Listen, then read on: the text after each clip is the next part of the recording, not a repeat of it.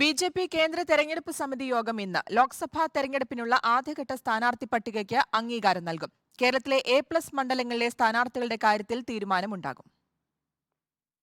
370 Lok Sabha seat ലക്ഷ്യം വെച്ച് എത്രയും വേഗം സ്ഥാനാർത്ഥി പ്രഖ്യാപനത്തിലേക്ക് നീങ്ങാനാണ് ബി.ജെ.പിയുടെ തീരുമാനം. 2014-ലും 2019-ലും പാർട്ടി പരാജയപ്പെട്ട മണ്ഡലങ്ങൾ പിടിച്ചെടുക്കുക എന്ന ലക്ഷ്യത്തോടെയാകും സ്ഥാനാർത്ഥി നിർണയം.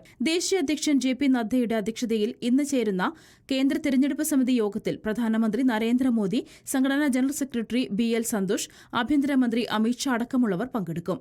100 മുതൽ 120 വരെ സ്ഥാനാർത്ഥികൾ ആദ്യ പട്ടികയിൽ ഇടം പിടിക്കുമെന്നാണ് വിവരം. ആദ്യ പട്ടികയിൽ പ്രധാനമന്ത്രി നരേന്ദ്രമോദി, കേന്ദ്ര ആഭ്യന്തരമന്ത്രി അമിത് ഷാ, പ്രതിരോധ മന്ത്രി രാജ്നാഥ് സിംഗ് അടക്കമുള്ളവർ ഇടം പിടിക്കും. കേരളത്തിൽ നിന്നും A+ മണ്ഡലങ്ങളായ തിരുവനന്തപുരം, ആറ്റിങ്ങൽ, തൃശൂർ, പാലക്കാട് മണ്ഡലങ്ങളും ആദ്യ പട്ടികയിൽ പ്രതീക്ഷിക്കുന്നുണ്ട്. ആറ്റിങ്ങലിൽ വി. മുരളീധരൻ, തൃശൂരിൽ സുരേഷ് ഗോപി, പാലക്കാട് സി. കൃഷ്ണകുമാർ എന്നിവർ ഉറച്ച പേരുകളാണ്. തിരുവനന്തപുരത്ത് കേന്ദ്രമന്ത്രി രാജീവ് ചന്ദ്രശേഖർ എത്തുമെന്നാണ് പ്രതീക്ഷ. പത്തനംതിട്ടയിൽ നായർ സ്ഥാനാർത്ഥിക്ക് വേണ്ടി സംസ്ഥാന നേതൃത്വം നിൽക്കുമ്പോൾ PC ജോർജാണ് കേന്ദ്രത്തിന്റെ പട്ടികയിൽ ഒന്നാമത്.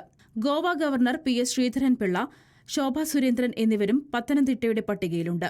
ആലപ്പുഴയിൽ പോപ്പുലർ ഫ്രണ്ട് പ്രവർത്തകർ കൊലപ്പെടുത്തിയ രഞ്ജിത്ത് ശ്രീനിവാസന്റെ ഭാര്യ ലിഷ രഞ്ജിത്ത് മത്സരിച്ചേക്കും. കോഴിക്കോട് സംസ്ഥാന ജനറൽ സെക്രട്ടറി MT രമേശിന്റെ പേരിനാണ് പ്രാമുഖ്യമെങ്കിലും യുവമോർച്ച സംസ്ഥാന അധ്യക്ഷൻ പ്രഫുൽ കൃഷ്ണൻ, മഹിളാ മോർച്ച സംസ്ഥാന ജനറൽ സെക്രട്ടറി നവ്യ ഹരിദാസ് എന്നിവരെയും പരിഗണിക്കുന്നു.